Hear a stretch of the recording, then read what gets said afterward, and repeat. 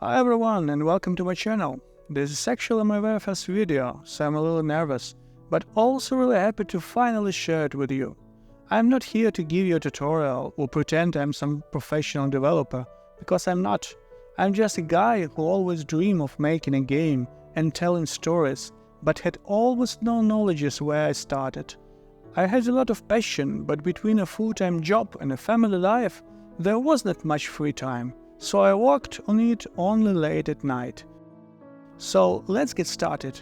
First, I want to tell you about the idea behind my very first game and what the story is actually about.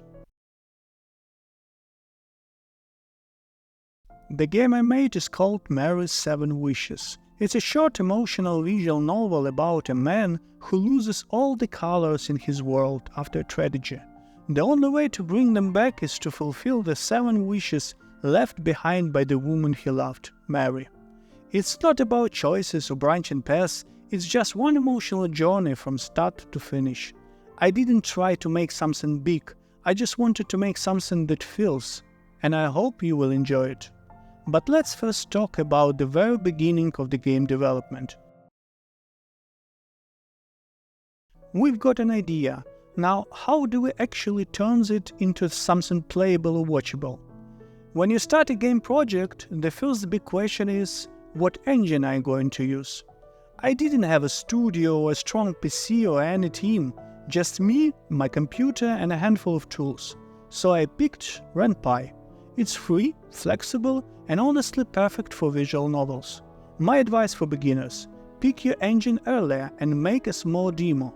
Focus on the mechanics you want to use. Even if it's just something simple, like a little puzzle, a mini-game or some small interaction, later you can either expand the demo into the full game or integrate it into the large project. That's how I started too. I made mini-games first because I didn't want the game to be just clicking through text. I will show you those in a bit. And then there is the visuals. You have to decide where your art comes from, draw by hand, buy stock images, hire an artist or use a tool. I went with DAZ 3D. That's where I built all the characters and scenes.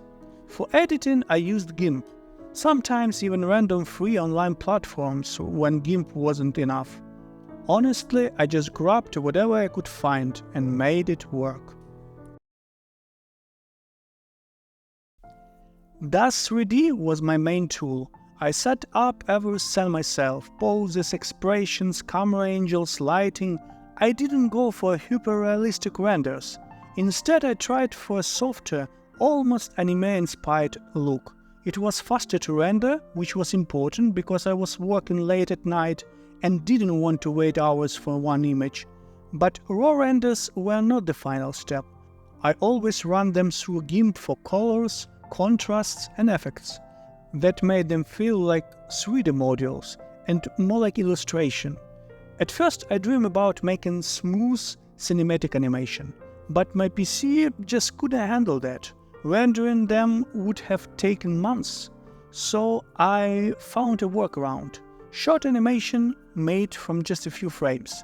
They are not smooth, but they have a strange charm, almost like a stop motion. And somehow that's become part of the game style.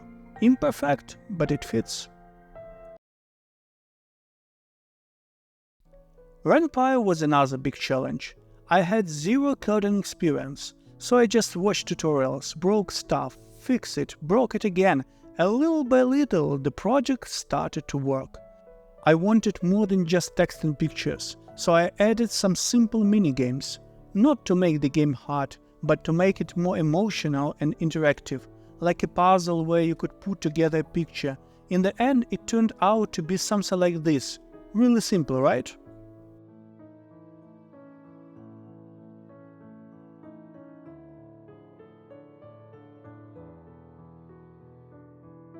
Or an old-school arcade duel, when you keep your hand on a holster until a signal and then shoot.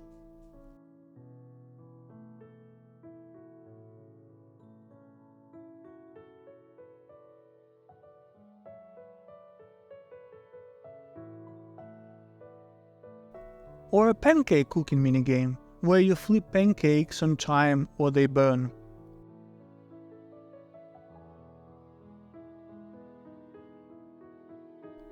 and even a painting game where you use your mouse to sketch on a canvas. The drawing game took me forever to figure out in Ren'Py. Honestly, there were moments I wanted to give up, but when it finally worked, it felt amazing. All these minigames are simple. Their real goal is just to pull the player deeper in the story, not distract them.